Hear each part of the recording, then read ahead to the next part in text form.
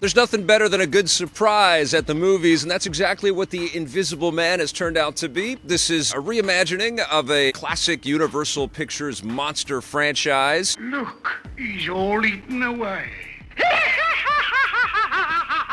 A great concept right from the beginning, but under the guise of Leigh Whannell, who has had some great success in the horror genre with movies like Insidious and Saw, there's a kind of a fresh vibe about this movie. He has figured out a way to be invisible.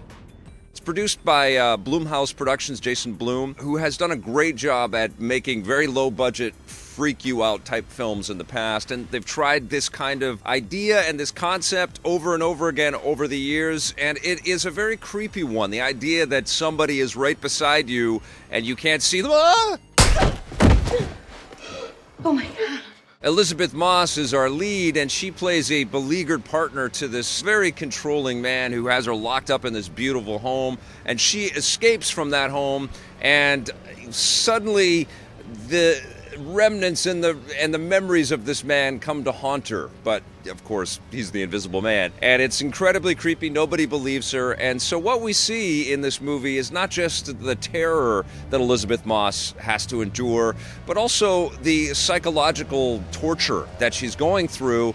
And there are lots of scenes in this movie where you totally believe the other actors as they are in full disbelief about everything that Elisabeth Moss is saying about some invisible force that's doing heinous things and framing her for crimes that she's not committing. She hit me.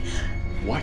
No, James, I did not do that. Sydney, I would never hit you. I love you. I would never do that, James. It was him. He's here, I swear to you. Enough! You see the terror in her eyes, and she's screaming at invisible people, and it feels real. It feels authentic. And of course, you know, when you walk down the streets in an urban area, more than likely you're going to see people that are screaming at invisible people, and they're going through mental illness struggles, and the echoes of that feel truthful in this film. And it's hard not to just feel scared and spooked out and creeped out, but you also feel real empathy and real concern for this human being. Go.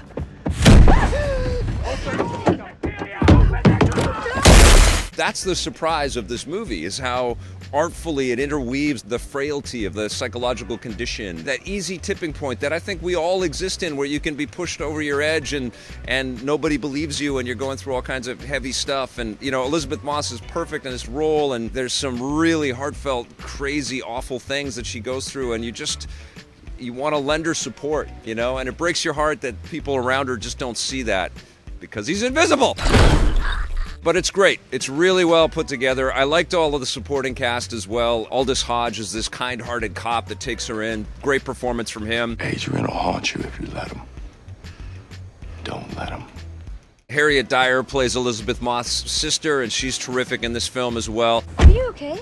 I didn't really recognize that many people in the other parts, which was actually kind of cool. Elisabeth Moss was your star power, and that gets people to come and see the film, and also the fact that there is an invisible man that you can't see. Someone's sitting in that chair.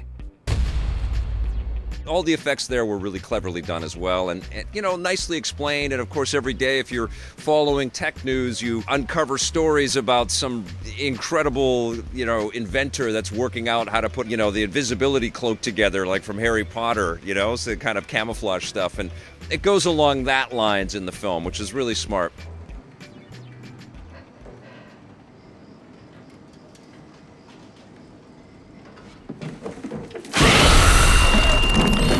This movie overall is very smart. I really enjoyed it, and certainly it has a lot of horror movie tropes, and there are cliches that you've seen before, but Leigh Whannell, who wrote and directed this, did a great job. Elisabeth Moss is terrific, and I had a good time at the movies. I'm going to give it an 8.5 out of 10.